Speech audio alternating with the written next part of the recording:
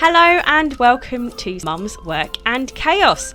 We all know the saying, it takes a village to raise a child, but where is that village? Well, I started this podcast to help you find yours, and I'm joined by some amazing guests this season, talking about subjects such as fast fashion, menopause, sex education and teenage behaviour, just to name a few. So join me this season and I hope you enjoy this episode. Hello and welcome to this episode of Mum's Work and Chaos. Today, I'm very lucky to be joined by the lovely Tash and Nikki from Life Through a Voice Note. Now, this podcast is really interesting. The way they've set it all up and the way it started was all through voice notes. And we all know how much sending a voice note is so much easier sometimes than actually trying to hold a conversation on the phone with a friend. So, ladies, tell us a bit more about your podcast. Hi. Yeah, our podcast started because I actually reached out to you, didn't I? I met you at school gates and I reached out to you via voice note and was like, you've got twins, I've got twins. What the hell? How do you do this with the car? I was suffering with the car at the time, getting mine in and out of the car, and it would just be an absolute nightmare. And I was basically like, please tell me this passes, like what advice have you got?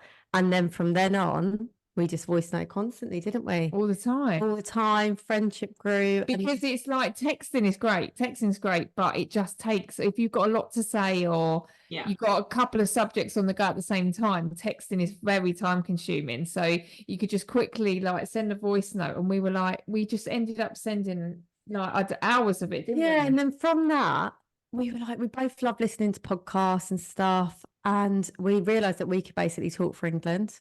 And so that's how it come together, wasn't it? The pod. And on ours, we kind of talk, it goes into kind of every aspect of like kind of us and our lives, really, because we talk a lot about the kids, because that is just kind of weekly. Obviously, we have stuff that happens, but also nothing's really off. Nothing's it's not. We do all sorts of stuff. We go into like emotions, mum guilt, all dating, the day-to-day feelings. But then we talk a bit about relationships and outside factors, grandparents. Our latest one, we really went out there and really went into like periods and all sorts. But that's what we want to do. We want to have like people listen and be like, oh yeah, do you know what? And sometimes people don't talk about that. And I think you have to just talk about everything, like. Yeah, and we try, and it's kind of light-hearted, and it's just like a bit of a girly chat, and we just want our listeners to be like, oh yeah, no, we're in with their little girly chat of the week. And it's mean, 1 minute, one episode we could be laughing, literally hysterical, the next one we're like crying over something. You just never know. How the week goes. It's really funny though, isn't it? Because like, you guys bonded over the fact that you both have twins. And I mean, I'm not going to compare myself in any way, shape or form, but like, oh no, any mum job is hard. Any multiple kids, any children is tough. Do you know, I used to look at people with twins before I had kids, and I used to honestly be petrified. I used to look at them and think, oh my gosh, like that's amazing. How are they doing that? I just don't understand. And then obviously now I have them, I wouldn't have it any other way. I love it. Not saying it's not been tricky at times and stuff, some days you're tearing your hair out, but I wouldn't have it any other way. But I really used to look and think. And then when I found out, I just nearly fell off the scan table. It's just really quite interesting because Tash is really patient, and I just never thought for the million Sundays that someone give me twins, because my patience is it's not.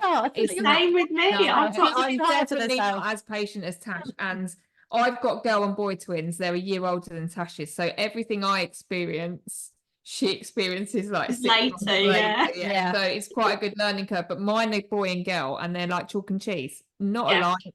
Don't do anything the same. So it's literally like having siblings born at the same time for me. And it's just when I had the scan and they were like, oh, how do you feel about twins? Because my sister also has a set of twins. Oh, wow. So I had helped her lift it, and I was just like, no, sorry, I don't know. I just broke into tears. And my other half, Pete, he was like, oh my God, phoning everyone. And I was just in tears at the end. I was just sitting there in tears thinking, I can't do this. Do you know what he said I said two sentences I'll never forget. I saw it come up on the screen and I saw it before the lady that was scanning me. And I said, oh my gosh, there's another leg. And she just so relaxed, went, oh yeah, it's multiples. There's two in there. And then I'll never forget, I turned around to my husband. I was like, right, first of all, two are not coming out my vagina. I was like, and we need to book a holiday right now. We will not be going on holiday for a really long time. And then I'm not even joking, for about 2 days straight, I just kept laughing, I think in shock. Yeah. Because I had another one. We had a little girl who was, well, turns out she was 3 actually when the boys were born. Yeah. Yeah. No, But she's so been the best little helper, bless her. I've got my own girls. I've got 3 of them, but there's gaps, you know. I've got a 7-year-old who was 4 when my middle one was born. So I've got How did you find that age gap? So it okay. Go on, say it how it is. So I think it would have been easier had we not gone into lockdown a month before my middle one was born. So we literally went into lockdown on the Mother's Day roundabout, didn't we? So 5th of March-ish, 22nd, and then she was born on the 20th of April. But the joke is that her and my eldest and my middle one had exactly the same due date. Oh, wow. There's nothing special that happens that would mean that I have 2 April babies. But yeah, so my there's exactly 4 years and 1 day between them. So life is difficult for me in that they both want a birthday party now. But they don't want the same birthday party, because what my middle one wants is too babyish for my eldest one. And so they don't. How expensive is that though, parties now, no matter how you try and do it? The way we're doing it this year is we're going to continue bouncy castles for as long as we bloody possibly can. 8-year-olds like bouncing up and down as well. It's going to be fine. So, and I think with girls you're all right with that. See, with the boys, my boy's now 8. And Tash has got a girl at 8, which is how we met, because they both started school together. And I just found like the last bouncy castle party they went to, the boys just get rougher and rougher, and you just think, no, yeah, they do. Like that's it now. That's the last of that sort of play time for boys. Yeah. Do you do it in your? Oh, no, we're doing it in the back garden. We did it in the back garden last year as well. So, but my eldest, and we end up hiring it for like a couple of days, because then my eldest can have her party, my young can have hers, and then we can have the family party, and all the cousins get to because there's all these different ones you have to do. Yeah, like a little family festival. You need to set it up for like 4 days and just have a bloody festival ticket going. Yes. Exactly. So I'm gonna. Do you do the thing though? Hire too. Do you do the thing though where you're checking the weather? Because I did this, did a party in the garden, and honestly, the week before, I'm like, no, it's gonna rain. It's gonna rain. So the joy of it was that we didn't do a friend's birthday party for my now 3-year-old. She was turning 3 because she was only 2. It was like, we don't have friendship groups yet. She doesn't. Yeah, and they don't really realise, do they? Yeah, now she's turning 4. She has like close friends at nursery. But what we did was we hired the bouncy castle for 2 days, not 3. We did the friend's birthday for my eldest one day, and then we did the family party the next day. We had great sunshine the first day. The friends party went awesomely well, brilliant. Prosecco all round for the parents. Loads of steak because alcohol was flowing. It was great. However, the next day it absolutely pissed it down. Like, to the point where there was a layer of water on the bouncy castle. It looked like it was fizzing because the air coming through the seams of the bouncy castle was making the water bubble. And so we just sent out a message: bring your swimming costumes. And all the kids came in their swimming costumes and just had a great time bouncing up and down on this wet bouncy castle. They don't care. Yeah, they don't care. Do you know what? That is such a good idea. I'm not going to stress now next time I do that, because I was stressing because I had like some of her friends coming around, and it said it would rain at the bouncy castle, the whole thing like you said. And I started panicking that morning, like, where's like all games? Oh my gosh, we're all going to be inside, 15 kids. I started like panic getting the Jenga out of the table, like really just ridiculously panicking. It turned out all right, but now I'll think about that. Yeah, no, and we've got one of my non-negotiables when we moved into our new house in August was that I wanted a disco ball in the kitchen. Brilliant. Oh, cool. So I have a disco ball above the dining table. So my eldest has ADHD and my younger two are just like sensory fiends anyway. So sometimes we have disco dinner where we turn all the lights off and we have the disco ball on and they just like eat their dinner, which is great.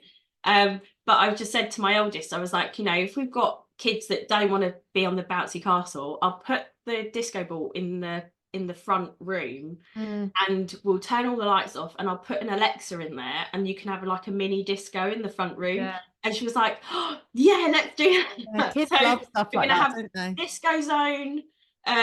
We're gonna have like eating zone in the dining area of the living room, and then we'll have bouncy castle area as well. So hopefully it'll be okay. But I think this is the last bouncy castle party I'll get away with. I know, but don't you feel like when you have birthdays and parties coming up, this extra planning, this extra hanging in the back of your brain every day until that party's over or started, or it just, I don't know what the word is, but it sends you into overdrive, doesn't it? Everything on top of what you normally do. Ordinary, And it's like we talk about it in one where, like, if there's a birthday party coming up or if there's one of our birthdays or something, it's just overstimulation of like, we've got to do this, we've got to, like you say, you've got to plan an indoors and outdoors. Is everyone going to be happy? The cleaning, right, the house needs to be clean. Everyone's coming over. So the other thing she wanted to do was an escape room. One of her friends had an escape room party, but they're so expensive. So for just 6 friends, it's over 200 quid. And then you've got to factor in going to McDonald's afterwards because I want to go to Mickey's afterwards. So that's like another 50 quid. So now you're almost 300 quid in for 6 kids.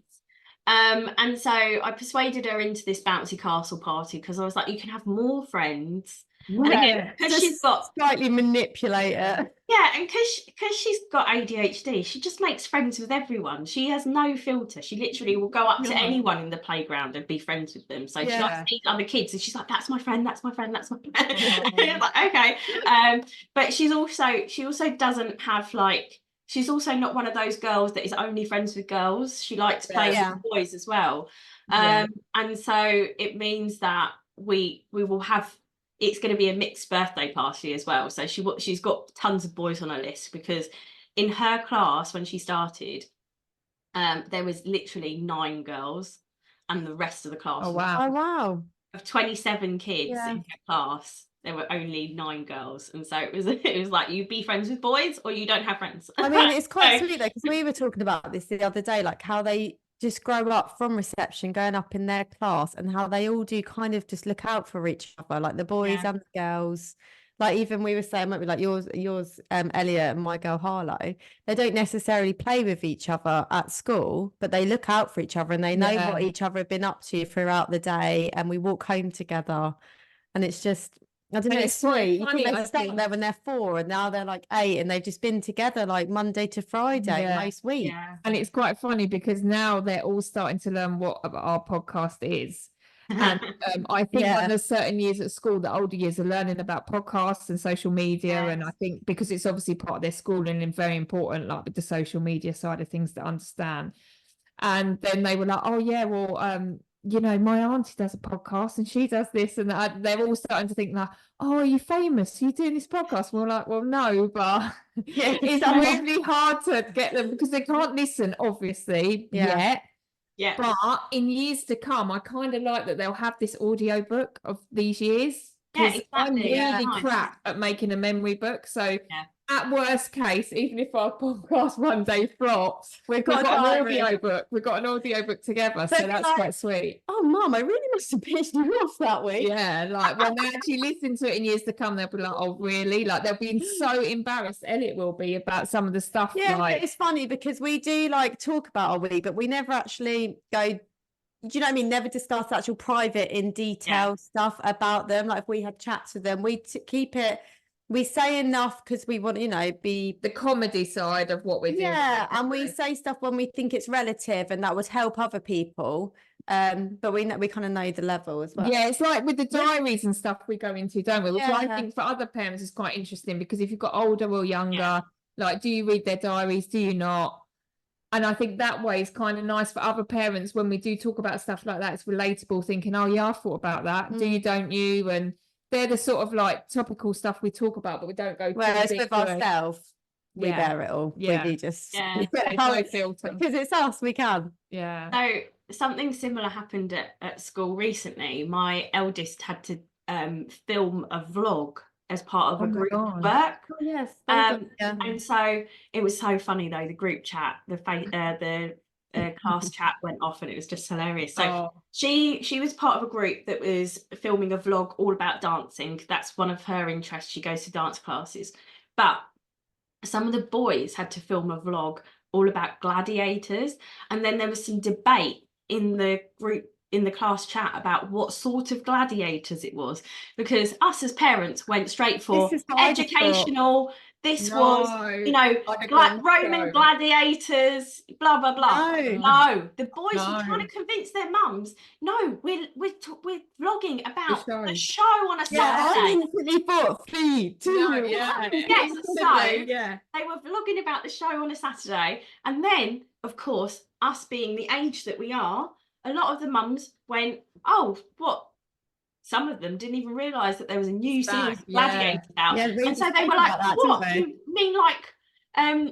mean like Wolf and Vixen? They were like, he was my favourite. No, who are they? And Bio there's Man. that guy on there on social media where he does the food eating. I can't remember what his name is. And my boys are so into it. Like I spoke about it on our pod a few weeks ago. Like if someone needs to set up, and I said about business, didn't I? A gladiator party. You know, like a ninja.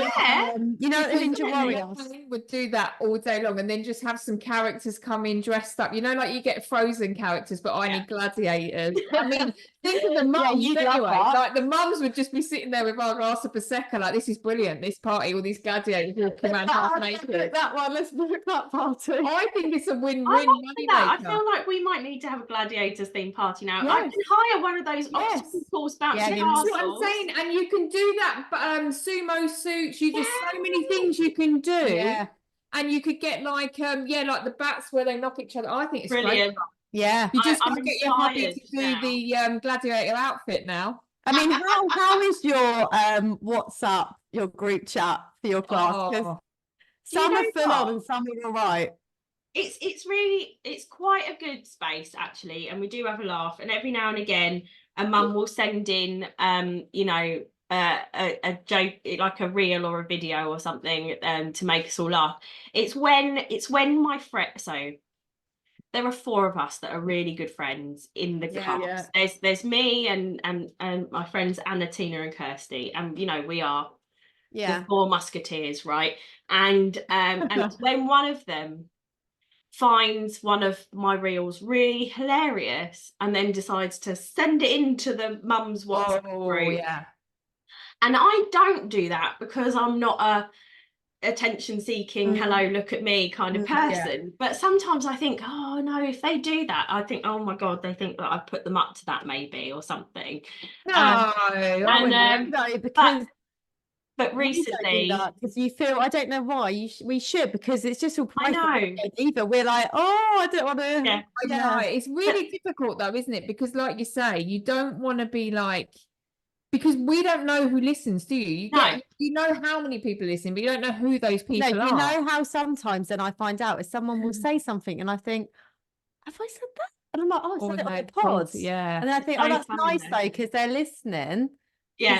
But we're the same. We've got so many, like you've got such an audience there though, and we don't send any of our stuff to any of those groups, do we? It's funny, isn't it? But so some of the mums saw my latest reel, which was one of my latest reels, which was essentially a music video parody of Katrina and the Waves walking on sunshine. Now my husband watched me, because we both work from home, watched me running around my back garden with the tripod and my phone in it, and dressed up in as much sort of like 80s styles shit I could find.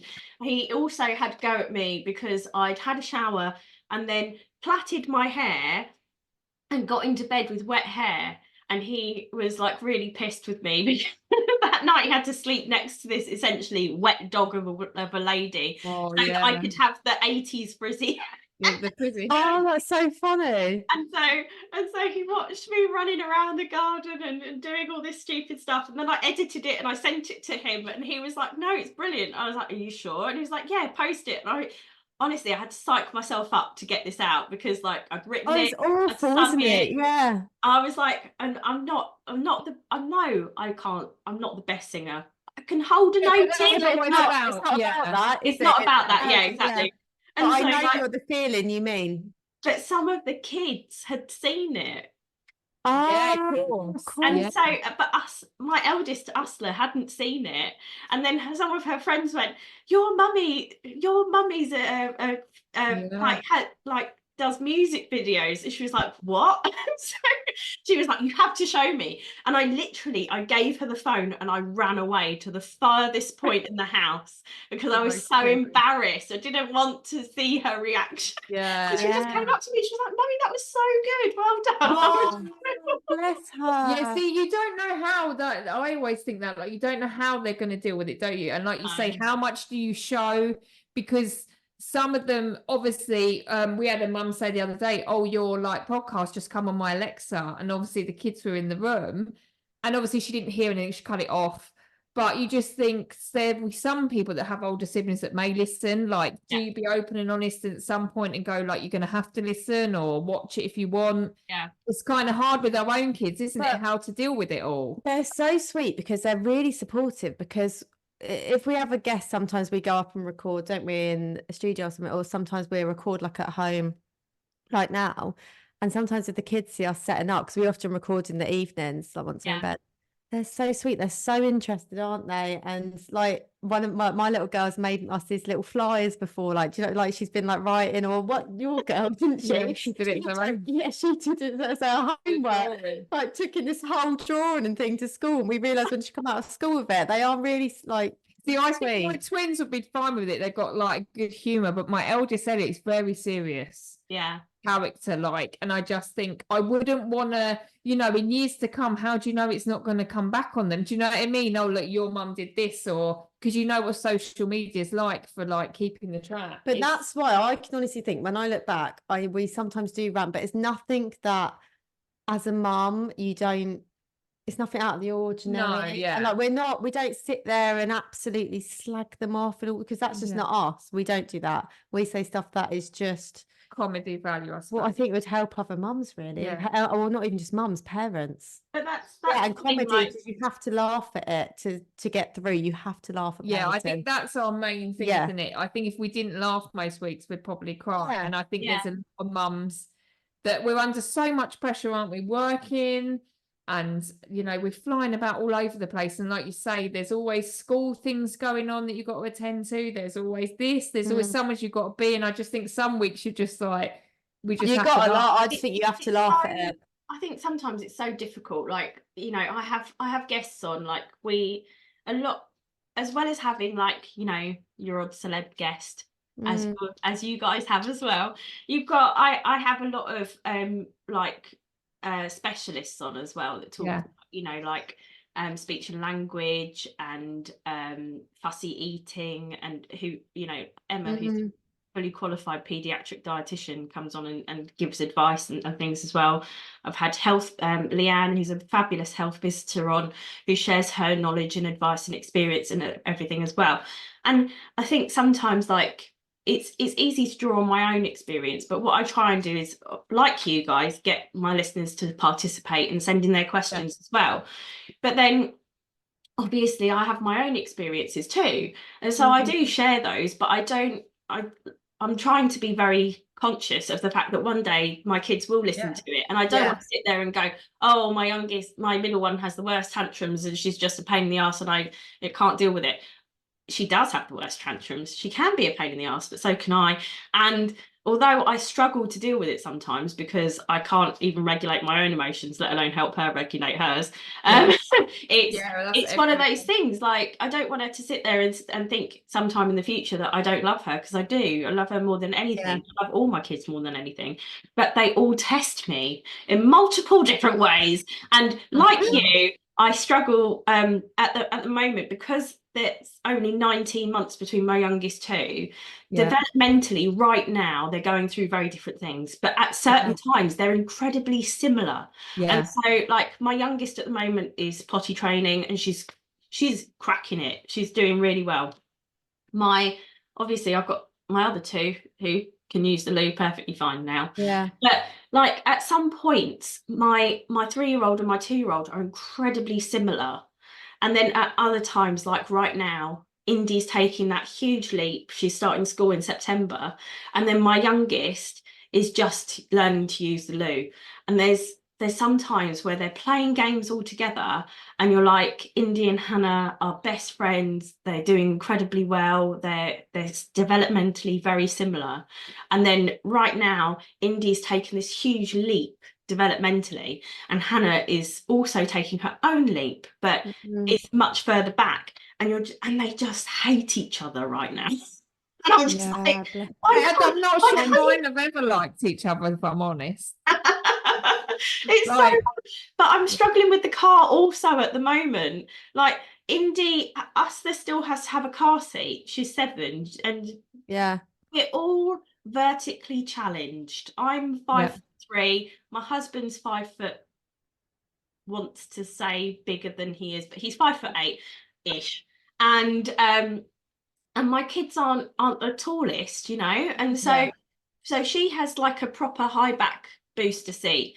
Indy's moved into the same size seat as her sister, but then Hannah has this middle seat in the middle with the with the harness still. Of course, yes, And so, like, trying to buckle all 3 of them in the morning is so difficult. And then when Hannah doesn't want to sit in the harness seat because it's got a harness, and you have to like, when they go rigid, force them in the seat, that thing, and you're just like, and then you feel awful, but you literally are having to try and like squeeze them down. It's like wrestling the slipperiest fish known to man, and you're just like, get that fucking car seat, please. It will change your life. No, I would like to say it does change your life when they plug themselves in, but now when you get that, all you get is the fight of who's sitting. I'm in the front, I'm in the middle at the back, I'm this, and it's like, just get in the bloody car. And so the way we do it is like, all of us get in the car. So I go, me and my husband are both in the car, and then, because school is like here and nursery's there, so what he does is Sil will drive, he'll drop me off at school with Uster, I'll take her in, he then takes the littles to nursery, and that's the way we divvy it up, and then he picks me up at the petrol station, we go grab a Costa, and then we start a proper procedure. We've got it nailed now, right? We know what we're doing. But sometimes it's like, on a Tuesday he'll go to the gym, so I do school run on my own. So again, I've got it down to a T. I can get them buckled into the car by 8:20, so I can drop the youngest 2 off first. Because if you're late, it really throws it. So but it's easier on that Tuesday morning to get them in the car, because my eldest will sit in the front on a booster seat, and the younger 2 will take the seats that they want. So there's no argument. Whereas, like, so every other morning of the week, my eldest is like, is Daddy coming with us? It's like, yes, Daddy's coming with us. That's so okay. Is Daddy have to come? Tash and Reese, one of them always sits in the back. So, oh really? Because we can't fit 3 car seats. Well, we could. We can't fit 3 car seats in the row in the back. They've all got the same, the booster upright ones now. They're at. But it is a technical nightmare to even try. I just can't even clip the belts in. 1 in the front, 2 in the back. One of us will go in the middle and one drives. And the thing is, right, we can both fit in the middle. However, Okay. it's like, it's just stressful because you're like trying to climb You're the in, one get in, them in, yeah. you're trying to click your seat in, and the kids are there. And so I literally will do whatever I can to get in that car first. And then what I do is I reverse it out the drive and like wait as if to say, we're waiting. But really what I'm saying is I'm driving. I would pulled out. So there's no point me changing. That's what I'm saying. Even if he's 6'2" or something, and I'm like 5'2". So like, I really should be going in the middle. He says to me, "Oh, like the kids are fighting about the front seat," because Tash has a real mare about her fighting about the front seat. I don't have that argument so much, but yeah. And then what I love is the fact that she's like 35 and she's still fighting with her husband about who's in the front seat. So clearly nothing ever changes. You've got to get Gibbs the front seat.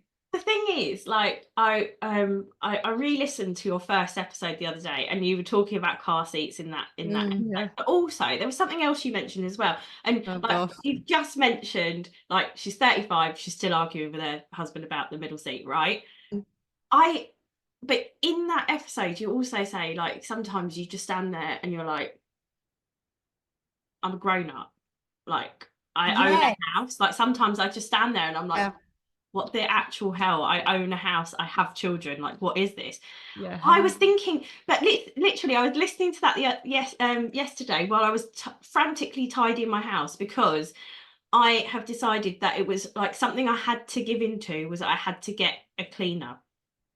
That's really privileged. Because that's amazing. I had 3 children sleeping in the same bedroom in a 2-bedroom house before I moved into this house. So we'd been saving for like nearly 10 years to be able to buy this house. We've gone through issues with employment and things as well. Like, my husband got made redundant just as we were moving house and everything, the first time we tried to move, and I was very pregnant with my second child, and so it was like everything like came to a head, and we had to pull out the first time and start saving again to be able to move. So it was just like, finally we got here, we've got 3 bedrooms now, 2 of them share, but it's a huge room, and I had this burden of like tidying, cleaning, and trying to get 5 people's worth of fucking laundry done every week. That's a full-time job in itself. Let me just say, washing, I mean, I don't think that honestly, you could just spend all day doing that and you still wouldn't be finished, the washing. So I was frantically tidying yesterday for the cleaner to start, because I just thought, but the thing is, she's only done 1 week. So like, this was the second week, right? The first week, see the real you yet.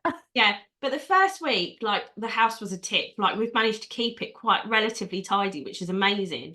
But I've already felt so much difference having a cleaner. Like, the house has been tidy for a week because we've enjoyed having it clean. And also, I only have 2 buckets worth of laundry to do, not 4 buckets worth of laundry, And so I was like, I feel like I'm more on top of everything because she's come and cleaned my house, which is amazing. I think that. But I was like, sat there and I was like, I've got a cleaner. Like, I've got a 3-bedroom house with a garden that my kids can actually run around in and enjoy themselves in, and I have a cleaner. Like, and then I sit there and I think, like, me and my husband are, we're both. He's 37, I'm 36.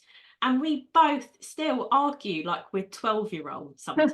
It's like, like, you end up like punching each other in the arm while making dinner and like playing stupid games. And I'm like, I hope that we don't get to that point where we don't like playing and being silly. I think that's part of your personality, isn't it? That's part of who you are. Me and Reese do stupid stuff all the time still to each other, like, so random. He picked up in the supermarket the other day. I'm like down the other aisle, but he can see me, and he just picked up a watermelon and was like, think fast, and just chucked it at me. And I'm like grabbing it. He'd actually recorded it, I think, sent it, I don't know, someone as a joke, but stuff like that. It's just having fun, isn't it? I mean, that is a bit random what we did, but we do just stuff all the time, like, because I just think you have to. Have so much fun. I mean, I'm not saying to go and throw a watermelon, because after that, the kids were like, "Oh," I said, "No, you just don't do that." But it does blow your mind when you sit back. Like, I had it the other day, and I was walking past my little girl's room, and she's like, "Oh, at night time, they always want to tell you something really important, and you can't say no because Yeah. Every therapist in the world was like, you need to listen to your kids at night. That's important. Like their minds unwinding. So you're like, right, I can't say no, and they know it as well. They bloody well know that you've got to listen at night. So I'm walking just past... one more thing, Mummy. Yeah. Can I tell you about all of my friends? Yeah, exactly. No. Yeah. Yes. Really? Yes. Sure. But I walked past the room and she went, Mum, can I tell you something? And there was that split second where I stood there and I was like, this person looks at me like I look at my mum, and it just blows my mind, because I don't feel any older or more responsible than when I was 18. On the inside, you still think you're still like in your 20s, you're and all of a sudden you've got these 3 people that I look at every so often like, oh my God, you're relying on me to sort you out. It just blows my mind. The amount of responsibility that we have now, and then like I think back to when I went to uni and I was 18, or like when I got my first job when I was 15, and I used to have to use the money from my first job to pay for my monthly bus pass and to pay for, you know, a packet of chips on the way home from college, and maybe every now and again bags I used to get I used to skip the food.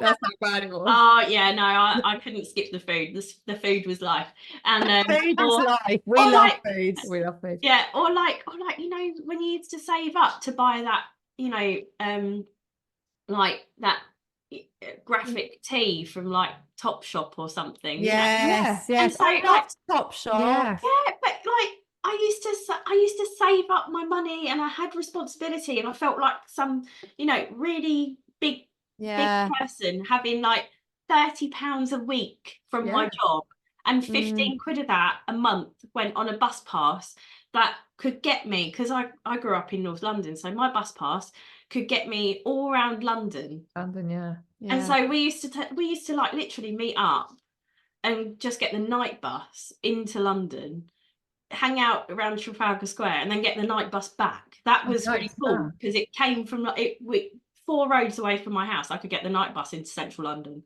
and back, and that was a huge achievement. And now I have 3 people and a dog that rely on me, mind-blowing, isn't and it? I have to feed them and clothe them and wipe their asses and hold sick bowls out to them when they're not well. Or your hands. Why do we always do that? Oh, yes. Why do we do this? Like we're going to catch anything when they're like, I'm sick. Here's a question for you, because we spoke about this in one of our episodes when we tried to record like 3 times the other month, and each time one of our kids was literally like going through the sick bug, then I was. So we were still talking about, what is, everyone in their house has a sick bowl. What is yours? And everyone uses it then for something else. Mine and my saucepans, put it that way. So my sick bowl is a plastic bowl. But is it then used in your kitchen? Because everyone does. It is our regular movie night bowl. Yeah. And don't the kids let it out and go, Mum, why have you brought the sick bowl out? Mine said to someone, oh, you're baking them. Yeah, that's our sick bowl. You're baking the cakes in. So my mum didn't used to use like a bowl as a sick bowl. You know, my mum was the kind of mum that had, you know, the sink. The sink bowl. Yeah. I don't have a sink bowl, but my mum still does. But my mum always used the sink bowl as the sick bowl. And then I'd sit, and then like now I sit there and I think, oh yeah, we're eating popcorn out the sick bowl, but I know that it's been through the dishwasher, it's safe, it's cool. But equally, I sit there and I think, my mum didn't have a dishwasher. She used the sink bowl, and then she's washing our dishes in it. But then I remember her bleaching it. That's the best one I've heard. But still, the sink bowl. My mum used to have a sink bowl. Do you remember them? What happened to sink bowls? See, this is what I mean. What happens to all this sort of stuff? So I know a few people with sink bowls still. They upset me a bit. They annoy me a bit. But my mum had a sink. My mum still has a sink bowl. My mum has a drying rack on the thing. I bought one when our dishwasher went. So we couldn't actually put our dishwasher in the kitchen when we moved in. Oh my God, people before us had a slimline. Yeah. I went through a month of having to hand my hands went to shit, you know. But I bought a drying rack for the thingy what's it that is next to the sink. You know what I mean. I know what you mean. Words. Sometimes. But I was putting everything on the drying rack, and it was great, and it was one of those really fancy Amazon ones that was like 20 quid, you know. Yeah. And the minute the dishwasher got popped it back into place, Never my used it. husband disappeared it off to the garage, and I'm not allowed That's to what use I'm it like. anymore. Yeah, I don't like clutter. It's That's clutter. me. Oh, Yeah. you and Clutter him in the get on kitchen. so well. I'm not too bad to run, but the kitchen worktops for me. I don't know why. It's like I don't like any clutter. Yeah, I'm no. looking at them now, thinking, is there any out We there? almost went like that.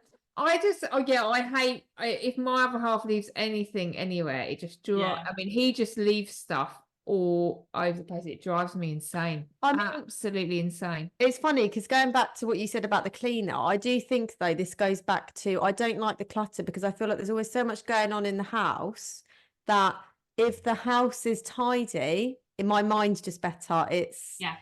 I can kind of everything else. I don't know. If everything else is so busy, I just at least want the house to be like in order, which is why I think like the cleaner. That is, if you, I really want a cleaner. If you can afford it, that is such a good.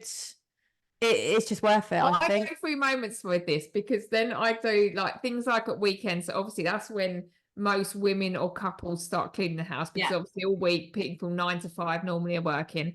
And I go through these motions in my head like, right, I'm not going to clean the house. I'm going to take the kids out on their bike and I'm going to enjoy the day and I'm not going to let it. But I can't let it because it overcomes me by the time I get home. And then I'm the one cleaning at 9 p.m. at night because I've decided to take them out on a bike. I just can't let it go. I can't. It was exactly the same for us. So my husband's got a large family that we're close to. I've got my family that we're close to as well. And then we've all got birthdays and things, especially in the spring. And so like we want to go out and spend time with friends and family and stuff as well. And so we have been, and then we both work from home, and then we use the summer house at the end of the garden as our office. And so we sort of avoid the house during the day. And then it ends up being that overnight we just quickly do the dishwasher, or we'll quickly run the hoover around like downstairs but not get upstairs, or I'll do the laundry and fold the clothes but I'm not putting them away. And it was just building up and building up. And my husband is a self-proclaimed perfectionist. I am going through my own diagnosis for ADHD, and I need I have doom piles everywhere because I need to be able to see the stuff to know that it exists. Right? I'm one of those people that needs the things visible to know. Like I've got here I have like a small pile of stuff that includes the dance newsletter to remind me that I've actually got to pay for her exam. Done yet, you know, and all that stuff. And but he needs things away, and he needs clear space, right? And so we're like, we can be like chalk and cheese. But I've learned his hiding places. So like generally if I'm looking for the doom pile that was on top of the microwave, that tends to have migrated itself into the cack drawer. And so that's the first place I'll look for stuff. But like it's just like one of those things. And so because everything was like building up, we'd then spend like a good chunk of Saturday cleaning and tidying, the two of us. And it's just so stressful, and you end up shouting at each other. And he's putting things away that I need to see, and I'm like trying to clean, but I'm not actually tidying before I do it. And it because I don't tidy, and I'm the type of person that would also stuff everything in a carrier bag and hide it in the back of my wardrobe and then forget that it exists. That was me as a child. I used to do that all the time, apparently. So that's what my eldest does as well. And so like, but I'm like, where are all your tights? And she's like, I put them in my drawer. Mate, but now I understand why my mum used to be like, right, I'm just going to shut your room because it's annoying me. Like, I understand, because when you clean the house and if one of the kids' rooms is a complete mess, I don't know, a lot of the stuff now I'm kind of like, I understand why my mum said that actually, or I understand this, like when she used to go, no, you're not hungry, you're bored, like but it's amazing. Now you've ticked that box of having a cleaner, like you can just it's another part of your brain that can be clear. But that's the thing. So like being able, like spending a couple of quid and putting that aside to have her means that I can actually concentrate on doing the laundry, and I know it's getting done and put away, instead of then having to worry about this. So instead of spending that morning time on a Saturday cleaning, I'm instead putting clothes away, and which is great. So I generally try and get like a load done a day, and then I'm not putting it away. It's just not getting done. And so I end up with like 4 IKEA bags of laundry. I mean, I think everyone has that pile somewhere in their house. Somewhere. The laundry, whether it's in the hallway. Sometimes it's in our hallway. Then if people are coming over, sometimes I move it to our room. It's always different piles, but it's always a pile somewhere. Because I saw this thing the other day when I was thinking, like, you feel hard on yourself because the washing baskets are never empty, but they're never going to be, are they? Unless we're readers. No, I've got a reel. My husband, like, can you just stop wearing clothes all the time? Or so many clothes. I've got a reel that I'll share it to my stories again today, and I'll tag you guys in it because it's really funny, and it was me finding the bottom of the laundry basket and then my daughter shoving a vest in there. It was like, so funny, you know, when you like. You found it. Yes, it exists. The bottom of the laundry basket is there. I know. It's mental. But then I did mine. I finally emptied mine this morning, but then I got to wash all the beds. So that'll be 2 days now of bed washing. It doesn't get washing.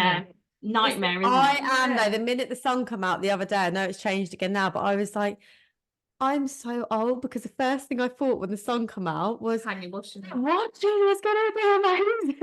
What am I thinking? I mega jinxed it last weekend. I put laundry out, I filmed it, I shared it to my Instagram, and then the next day just chucked it. But I have managed to get 3 loads out in the sunshine. That's really good. That is really good. How old are we? I know, sad. So old. Don't see the sun and think, oh, pub garden. Now we think, oh, laundry, washing. I know. Gone are the days when we can just hang out in the pub garden. Oh, those were the days after work. Magical. Yeah. So, now we know you guys communicate over voice note. I use voice notes as well in much the same way, like, you know, because you can pause them, like. So if your kids are interrupting you and you're listening to one, you can always pause it and come back to it and everything later as well, which is amazing. And I've only really started using voice notes in that kind of way in the last like 6 months with one of my best friends who we really struggled to chat. She doesn't have kids. I have 3. She has busy social life. I have no social life. But yeah, we still can't ever find like even half an hour just to pick up the phone and actually have a chat. So voice notes have really helped us stay in touch, which is amazing. But you get your listeners to send voice notes in as well, don't you? And you talk about they send voice notes and they send it in about all sorts. So it could be maybe like something they've had go wrong on a date, or it could be like we had one recently where she was saying her kids threw up in a supermarket and she kind of just had to leave, like what would we have done? And they send us in questions as well sometimes, because they quite like it if we have a different opinion on stuff, because a lot of the time we can be pretty similar. If we disagree on something over Christmas, the Christmas period, and people are like, we love that Christmas food. And what was nice about it though is because of voice note, I find it quite, you're getting to know the person, you hear a bit of their personality, and it definitely tells the story, I think, better than, write us an email and we'll read your story out, because everyone's expression or emotion in that moment, and like you say with your friend, it's like you are having that conversation, but just breaking it up over time. And I just find you get so much more from a voice note that you probably wouldn't get if they wrote it out in an email, because the moment's lost. I think as well, you like sometimes miss the context from a text, don't you? Like you read it how you think it should be, exactly not how they mean it as well. It's like when you get it's often really wrong. Whereas, but I know exactly what you mean, like when you said about with you and your friend, like, because it is really hard with the kids to have a because just to even be on the phone for half hour, it just, because once the kids are in bed, you're often then doing dinner, and you know it's a bit of time with your other half or whatever. And me and my friend do it as well. I often like message in the morning, and then she could come back to me, I don't know, in the afternoon. Then you go back and you're still having a conversation, but at the times that you can fit it in between you. Yeah. And it has taken the listeners a while to get brave enough, to be fair. Like probably taken us a good 6 months into it till people would like, oh, I don't want my voice in there, don't listen to me. And we've got a best mate that's like just literally in the last month started sending only us a voice note, because we're like, you have to send voice notes, you have to. She's like, I hate the sound of my own voice. I'm like, look, so do I. But ever since I started doing this, because I don't listen to mine back, Tash does. I do. She plays her this is the thing that is a huge barrier for me to get over when I started doing the podcast. So I'd moderated webinars for work and stuff, and I edited those webinars, but I'd always just like, you know, it was a clean cut always for webinars, like that. No one ever really swore. No one ever said anything that was really like mega controversial industry wise that meant I had to snip the middle. You're going to say or interesting. Yeah. God. There was one webinar I did for work, and the guy just took his vape out and vaped halfway through as if he wasn't on camera. I was just like, well, I'll have to cut that then, won't I? But generally speaking, I try so hard not to listen to myself back. But when I did that parody reel, I had to, because I had to make sure that one, I was singing in time with the music, and two, that I was cutting it in the right places for the words and my mouth and everything. I was so cringe the whole way through. But like I hated listening to my own voice. I'm getting more used to it now the longer I do it. Yeah. But I like you guys. I know, but I can understand why people might not want to hear themselves speak. But at the end of the day, it's a really fun format, and you're more in the conversation if you're sending voice notes in and in that way. I think I just love it. They interact. They're getting like good now, aren't they? Like, and then we get to know people as well. It's a nice. I just think it's a nice concept to have, and I think it's something quick and easy, because like a lot of us, we're all so busy all the time. Yeah. So to sit down and actually go, oh, I really love that story, can you just type that out for me? It's just, for me, I just think I know how I would do it, and it would just be to throw a voice note in. We've started saying to people, just save our number, because we give it out every episode. Save our number in your phone, and then if something funny or something stresses you, whatever, because we just cover all subjects, message us, send us in like we're your friends. And we talk about it, and you are anonymous. It doesn't, like, do you know what I mean? No one knows. And it can even be the emotional days as well. We're not always about like banter and like the days when you're down and you just need that little bit of I'm feeling it today, because we all have those days as well, don't we? So, it's funny, isn't it? And they're the, like, before I started like doing voice notes, I'd try and dictate my messages as well, but I used to find that really frustrating, because sometimes like it would mishear me and then type something completely the opposite. I was just like, do you know what, fuck it. It's easier just voice note. But do you know, it wasn't until I saw Mum and Mike posted a video about, did you know that in WhatsApp you can push the microphone up and it just stays hold the button, and I was like, that's changed my life. Literally, I cut myself up halfway through a voice note. Just I only found that out a couple of months ago. It's changed my life. Mind blown. Well, we have this one mate that sends like mini podcasts. That's what we've named her as, because her voice notes. And then my other mate messaging was like, how do you hold your finger for that long? Like, what are you doing that you can just stop and do this? And then one of them was like, no, you did. Just spinning it up and it holds the phone. And she was like, my God, this has changed my life. But what we were trying to do, because one of them had said, you know, like you said, when you speak into it, then it texts it for you. Yeah. We were like, no, you need, come on, get onto voice notes with us, because we're in this group and stuff. And she was like, okay. So then she sent us the first voice note, didn't she? And she was like, how are you guys doing? Question mark. Yeah, she's used to doing that. It's brilliant though. Like, she's well into it now, isn't she? She's getting better. Yeah. Once you do the first couple, it's like anything, isn't it? Once you've done a few and you've heard yourself, or you like WhatsApp should be giving us an ad, to be fair. Yeah, I think WhatsApp should let us promote voice note. One of some of my friends like were a bit late to the podcast thing and listening to the podcast and everything, and so I mean, I don't blame them. Like, not every episode is for everyone. That's the thing. Like, because my episodes tend to cover certain subjects, like people dip in and out of it, and so like if it's relevant for them, they'll come in and they'll listen. Like not everyone's going to listen to a podcast about neurodiversity if their children are neurotypical or whatever. But yeah, it's one of those things. And so I like she was like, oh, I just started listening to it because like you know, even just having like you on in the background, I really like just having you there. And I was like, oh, okay, that's really nice. And then she was like, and then a couple of episodes in, she came in and she came into school. She was like, it's really weird. It's like I'm now like speaking to like a famous person. You have this podcast, and you're like, she's like, you're on YouTube and you're on Spotify, you're everywhere. And then I've got one friend. I literally have like a couple of people who listen on Amazon Music, and I know who they are because but one of my friends was like, it was really weird because I came home and I might like bring it up on the Amazon app on my phone and play it on the Alexa, choose which Alexa I want it to play on. She said, but I didn't think to go into the house and say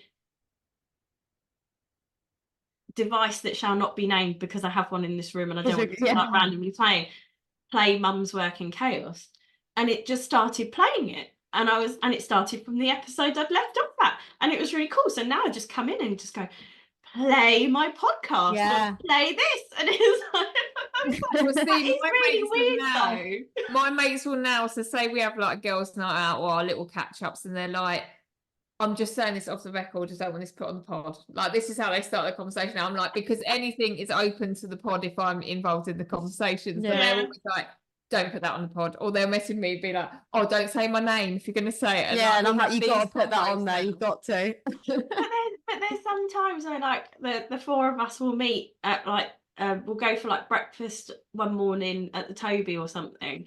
And there's some conversations where I'm sitting there and I'm like, oh, I really wish I had a mic. And I could just record this, because like these sorts of conversations are like the sort of things that some people just don't have. Like I know I'm incredibly privileged to have this group of friends who I can rely on and who can rely on me equally. So like on a Wednesday, I'll take a bunch of the girls to dancing, and then their parents will pick them up from dancing. But every now and again, I'll get a straggler for dinner or whatever, you know.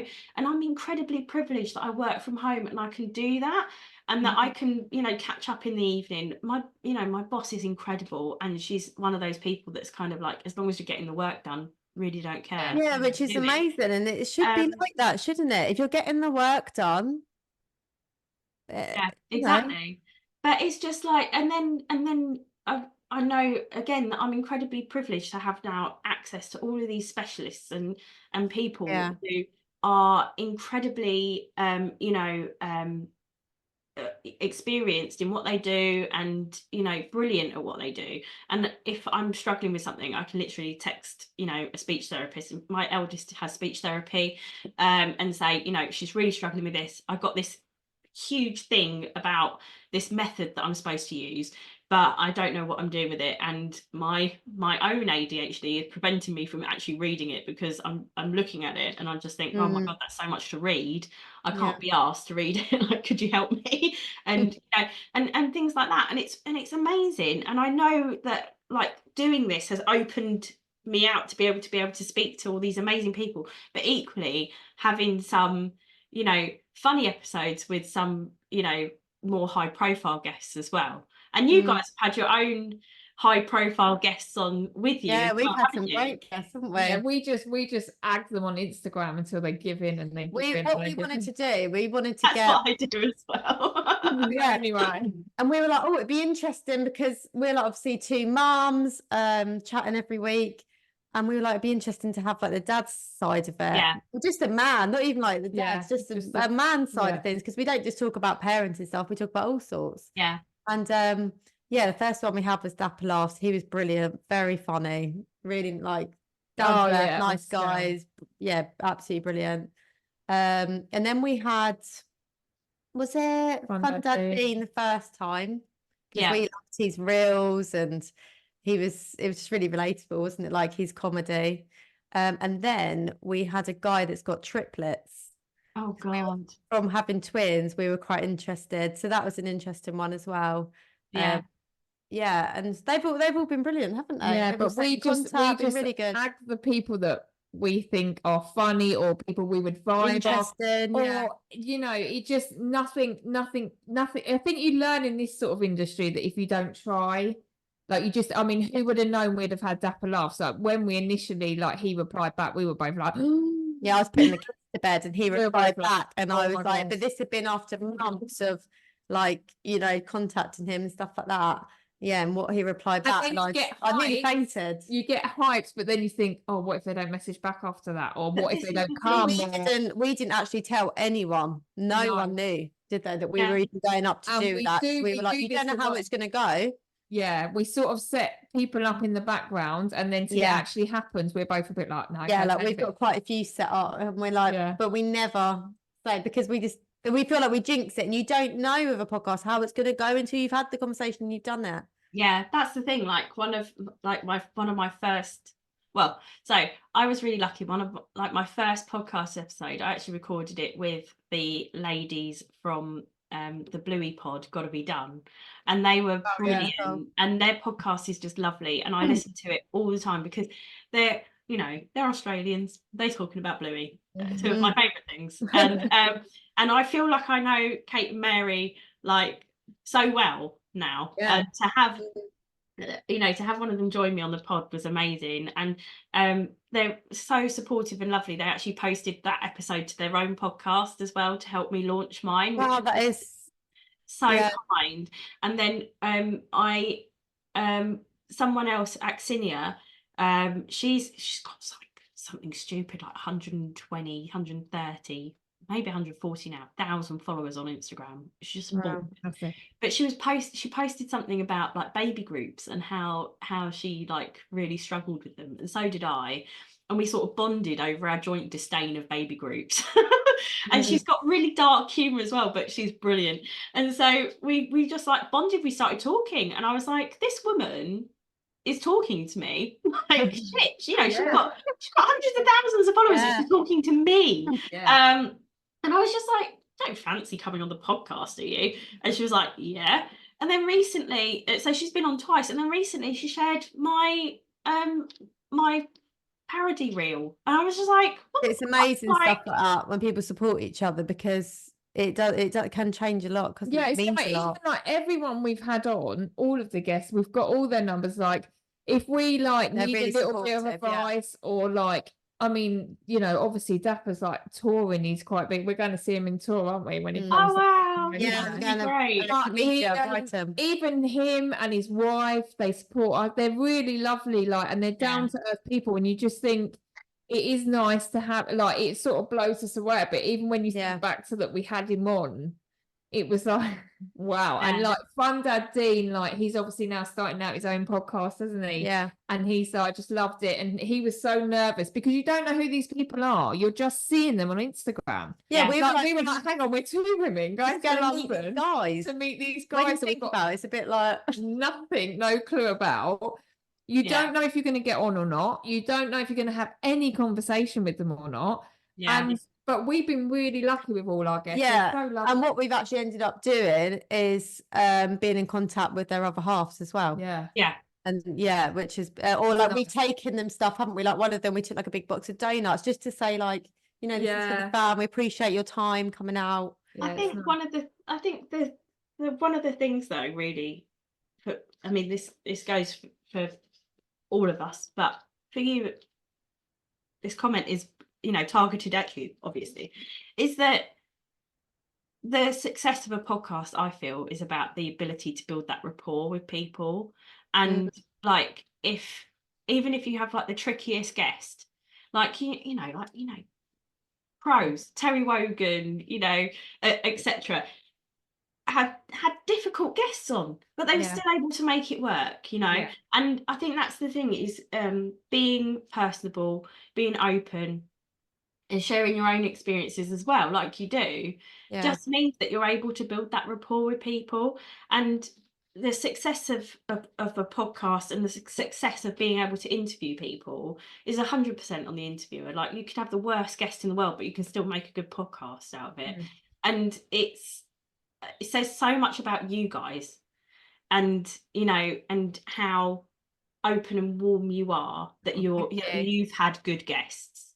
Because like at the end of the day, like, we met, like, we've been talking for a while, but like, this is the first time we've met, and I think anyone listening to this podcast probably think we've been friends for 10 years, because we've had such an open and friendly and inviting conversation.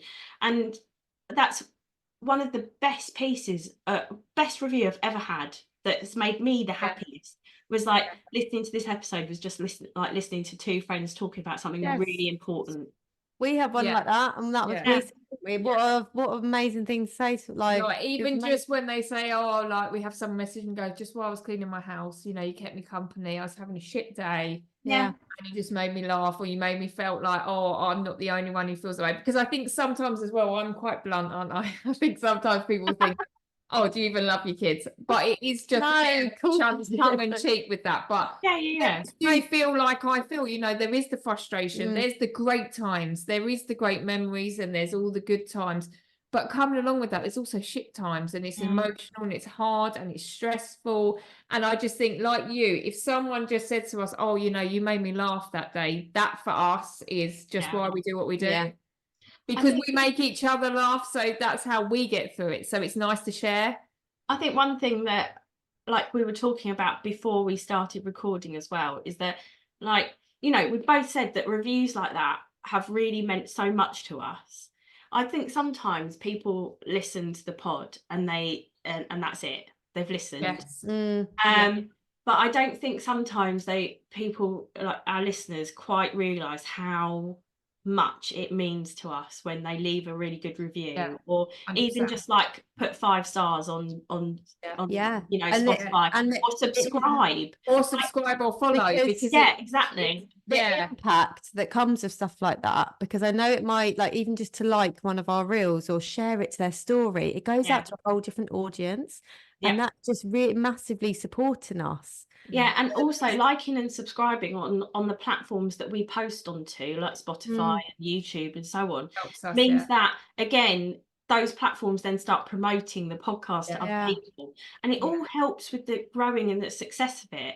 And like, I know that I share reels into the WhatsApp groups for like the school chat and my friends as well, and things too, but like, I just think, like, sometimes people think they've listened to it and they're like, oh, that really meant so much to me, but is it going to mean so much to a friend who needed to hear that as well, or someone else who might like be struggling with the same thing? Like, can you think of someone that you could share that with? Because not only is it going to make my day or your day, it's going to make your friend's day too, because you've thought of them.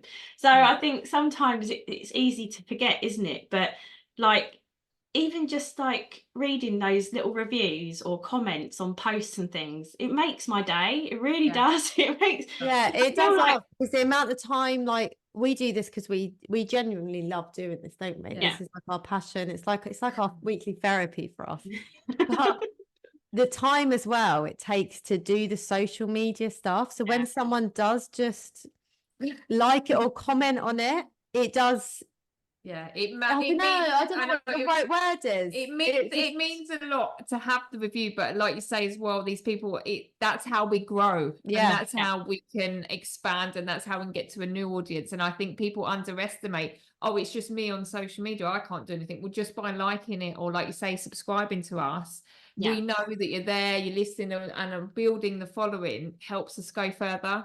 Because it's like you say, like, all these, a lot of celebrities now, don't they, they're making these podcasts and they're like #1 before they've even let an episode out. Because of the following, they can be. And I think it's definitely for us, isn't it? Like, we have, our figures are so good on our podcasts, but yet our actual followings on Instagram don't mirror that for whatever reason. Like you say, I think it's because people think, oh, that was funny, love that, and then off they go and do something else. Whereas, like you say, if they just ticked it or shared it or it makes part a of big it for difference to you and me me.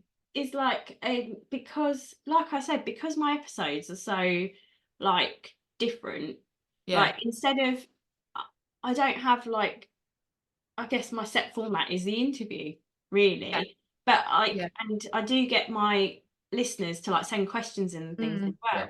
But like if I'm speaking, like we speak about so many different subjects, like I've even covered off like menopause and things like that as well. It's tricky because like it might be that someone dips in and then comes back like a couple of months later for a different episode. And so because I don't get the subscribers, like I'll get good listens to each episode because my guest has shared it also. But I feel like my Instagram figures are slightly better than my podcast figures, you know. Because I've had so like with you guys, I think I'm now on 30 different guests across the just over a year that I've been doing this. So and you have all because you're all on your own as well, and you're having to do it all. Honestly. Like think of the questions, think the way, like people think, oh, you sit there and talk. Yeah, we do, but it is part of it, isn't it? We've planned preparation, that. We've planned that, and we sort of do have a structure, like you do. You have a format, and you have to think of that all on your own. Whereas me and Tash all week are like bombing ideas off each other. So for you, it's a massive thing to have put yourself and your family and your friends, because this time that you would normally spend there, you're mentally somewhere else, like, oh, that would be good for the pod, that would be good for the pod, and you're trying to build something. So I think the moral of the story is we all need to look down the camera and go, right, subscribe or follow us. all three of us. Come on. Right now. You're watching it, so you can do it right now. You don't have to even say, I mean, you've done so well though in such a short space of time. Like you should be really proud of yourself. Like you're soul machine on your own. A full-time working mum, and like you say, 30 guests is massive. I mean, that is a massive achievement. If just getting the guests, that's like that's a process in itself. Catfishing, isn't it? It's like there's fish out there. Like when I first started, I just felt like I was like I was just like fangirling everyone. Like, you have to. You're doing amazing. Yeah, like every guest we've gone has gone. Oh, yeah, we are. Yeah. It's just it's just so hard, isn't it? Like but it's like when you know, when you're in the evening, when you're normally like scrolling shit on your phone, I'm like hitting people up, and so it might be that we've got Succession on in the background, sat under the duvet in front of the telly, the kids are in bed, he's then watching, you know, avidly watching the show, and I'm there going, will you come on the podcast? You know what? We can record it on Tuesday. you are bang on with that. That was exactly me last night. We were watching that new thing, The Gentleman. And we trying to watch it because I actually had to concentrate. If not, I'm going, what's going on? But I was like trying to do stuff on Instagram. And if I'm ever on it, it's for the pod. Like I'm trying to do stuff. And I almost wanted to say to Reese, like, you know, I'm not just aimlessly scrolling. Like, not that he would say anyway, but I'm just, when I'm like that, because you are constantly like trying to hound people. What's funny is, right, me and Tash never ever ring each other, right? So we now have, like, if one of us rings each other, it means, you know, something's happened. It's an emergency. Or the other thing is she's catfished someone. I've caught someone. And I'm like, so we now have this code word. So I'm like, is it a code word? And she's like, no. I'm like, but I can't answer right now. I'm halfway between bed and bath time. They're the only two times we ring each other, when we catfish someone or it's an emergency.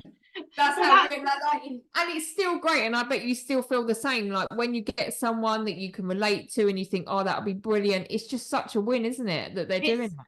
Yeah, and it's amazing. Like sometimes my husband will be sat next to me working while I'm recording, which can be like proper embarrassing. Like my husband's upstairs now, and I said to him working, I was like, can you make sure you put your headphones on? I don't know why, because he'll listen back to it. It's embarrassing. I don't know why it's embarrassing. It's when he watches my reels as well. Like I shrink into myself. I'm like, oh my God, don't listen to me. But like, I think it's because like I really value his opinion. And so like there was there was an episode I did all about matrescence, which is an amazing subject. You guys need to listen to it. It's all about your growth and your journey through motherhood, right? Okay. And it's honestly, I cried. I was sat there crying, and he was just like there, and I was just like, oh. And then I came off this episode, and I was like, oh my God, that was so embarrassing. Went into the house, sorted my life out, came back to set up for work, and he was like, that was such a good episode. If that bombs, like, then people are stupid. That was such a good episode. And it's not like often that he'll be there live while it's going. But like, I think, you know, sometimes when I feel like proper cringe, if he's watching something or he's watching like a snippet from the podcast or something, it's because I really value what he thinks. And like, if he thinks that I've said something really stupid, or like I'm talking out of my arse, you know, I'm just like, oh no, don't listen. Really funny, because I kind of find it funny. We have quite a few male listeners. Yeah, which we didn't see that coming, did we? I think, oh my God, like, and it just sometimes like, and to be fair, my other half, I mean, he gets slated weekly, my other half. He really gets he loves it. And he's listened to every episode since Stay Up Though, bless him. I don't ask him to, like, I'm not like, listen, but every week, like, I think he likes to get a gauge of where I am. Yeah, he's like, I'll just listen. What have I done this week? I'll just listen to the pod and find out. A bit of feedback from the pod. But to be fair to him, he's been like probably number one fan. Yeah. And like sometimes even to the point where he'll be like, oh, I think you need to do this on social media. I'm like, no, you need to back up. Since I've started doing the more funny stuff as well, he started sending me like inspiration. He's like, oh, you should do this. Or we were just talking about this the other day. You should do something on this and stuff like that. Like we one of his best friends is divorced, and he's remarried, and his now wife is also like was divorced, and you know, and they've both got 2 kids each, but they've managed to wrangle it so that they have the kids every other weekend. Yes, but they've got the same weekend off, right? And so they can go out and go away for like the weekend and stuff.